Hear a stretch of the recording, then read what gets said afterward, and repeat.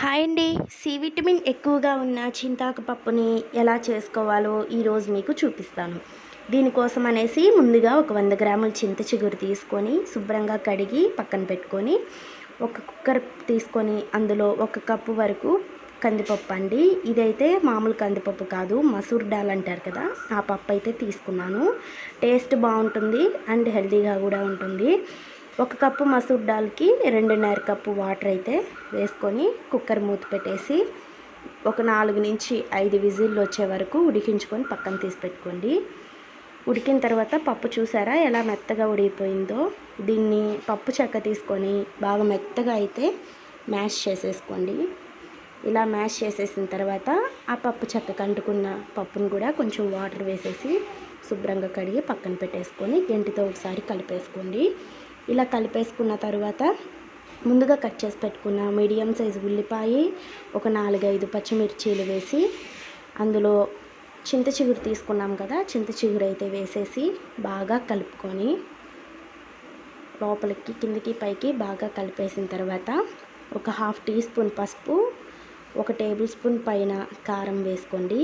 ఇందులో చింతపండు కానీ టమాటా కానీ వేయాల్సిన అవసరం అయితే ఉండదు, ఎందుకంటే చింత చిగురు అనేది చాలా పుల్లగా అయితే ఉంటుంది కదా, అందుకనేసి ఆ చింత చిగురే సరిపోతుందండి.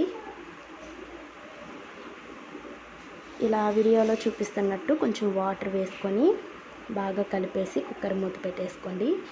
పక్కన పోపు కోసం అనేసి ఉల్లిపాయ, తెల్లగడ్డ, ఎండుమిరపకాయలు, ఆవాలు, జీలకర్ర అయితే తీసుకున్నాను. ప్యాన్ పెట్టుకొని ఒక 3 టేబుల్ స్పూన్ ఆయిల్ అయితే వేసుకోండి.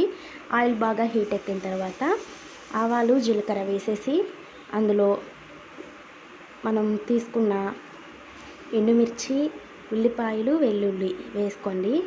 అవి బాగా ఫ్రై అయిన తర్వాత ఒక 2 రెమ్మల కరివేపాకు కూడా వేసుకొని బాగా ఫ్రై చేయండి. ఈలోపు మనకైతే కుక్కరు ఒక విజిల్ అయితే వచ్చిన తర్వాత ఆ విజిల్ తీసేసి చూసారా మెత్తగా అయితే ఉడికిపోయింది కదా, దీన్ని ఇంకొకసారి ఆ పప్పు చెక్కతోటి బాగా మ్యాష్ చేసుకోండి. ఇలా మెత్తగా మ్యాష్ చేసేసుకుంటేనే చింతాకు పప్పు అనేది టేస్ట్ ఉంటుంది.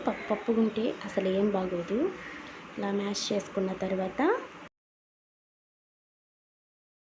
పోపు దినుసులన్నీ పప్పులో వేసేసి రుచికి సరిపడా ఉప్పు వేసుకొని బాగా కలిపేసి పక్కన తీసి పెట్టేసుకోండి. ఇలా చేసుకుంటే పిల్లలకి, పెద్దలకి అందరికీ నచ్చుతుందండి. దీన్ని ఆమ్లెట్తో కానీ, ఎండు చాప్తో కానీ, ఆలూ ఫ్రైతో కానీ దేంతో సర్వ్ చేసుకొని తిన్నా చాలా టేస్టీగా అయితే ఉంటుంది. కొంచెం వాటర్ వేసేసిన తర్వాత బాగా ఉడకపెట్టేసి పక్కన తీసి పెట్టేసుకోండి.